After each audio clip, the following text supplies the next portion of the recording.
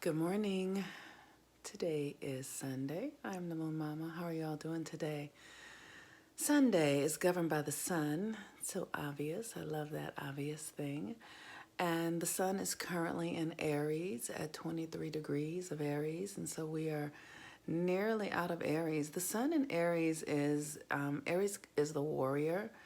It's the beginning. It's where things come to begin. Pisces is where things end, and Aries is where things begin. And so we've been in spring. Um, and what we want to do with this Aries energy is tap into the capacity for us to access courage. Like I was saying yesterday, that courage implies that fear is here. And so we're having this collective experience that is stirring up all of our shadows and bringing up our ego and our fear and our competition and this experience of things that are not necessarily true, right? And so we'll have all this information, all this stuff, and it's all confusing, and who knows what it is. And then the moon today is void in Sagittarius, and Sagittarius is the constellation of truth. It's about living your truth. It's about the adventure to discover the truth that is yours. It's like being on an adventure to discover the hero within you, the truth of who you are, what you're here to be, what you're here to do. And and the moon is void today. And so void means it's an internal experience. We want to be inside of ourselves in a deep way, asking the deeper questions. The moon also was conjunct the galactic center, very maybe like within the last hour.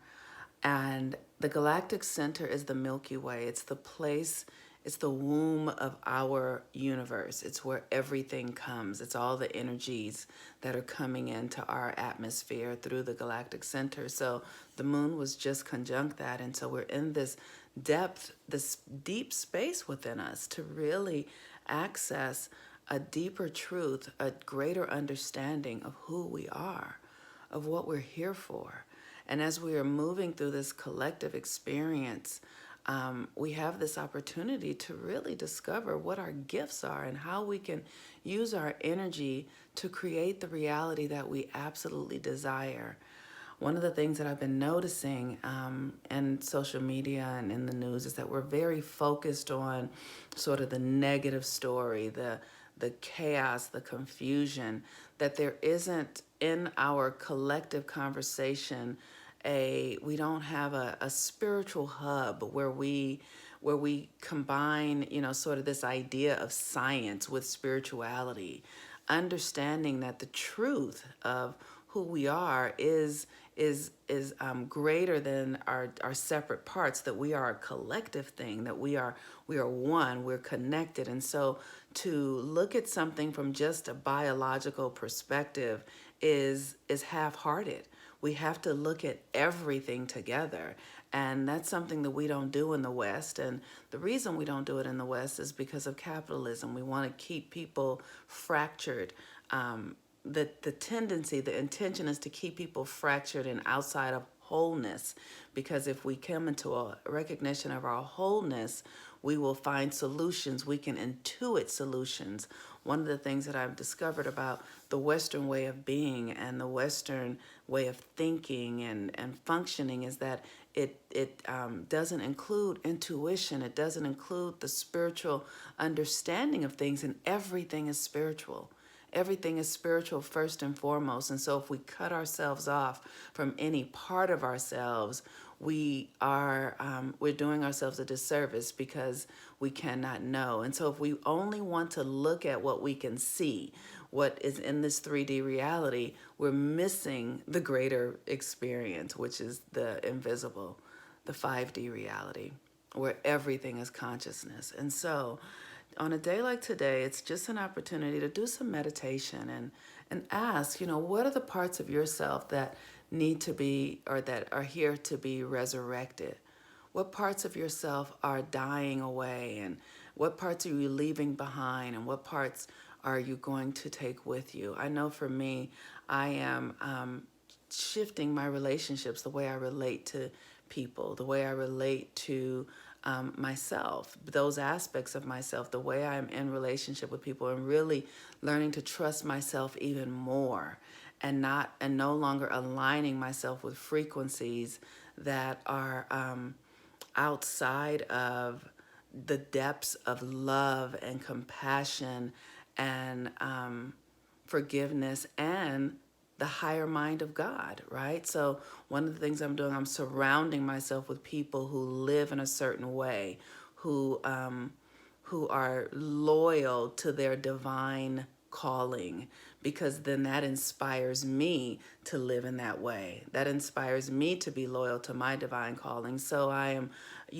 I'm realigning my relationship with this 3D reality, and therefore my connections to how I relate to those in the 3D reality. And so that's something that I'm doing in service to my growth and evolution, for me to trust myself to be the hero in my own life. And as I do that, as I show up in loyalty to my divine calling, to the God within me, I can assist my clients and the people who are in my courses in doing the same thing.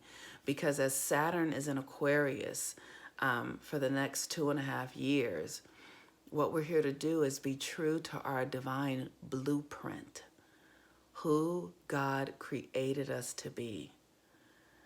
And that means that we have to clear out our shadows, like integrate them, look at the parts of ourselves that are still living in accordance with, the idea that money is going to save you, or, the things that we do that are really out of alignment with truth. Like I've said before, one of the things that's true about this reality is that you don't catch things from people. Everything is a vibration here.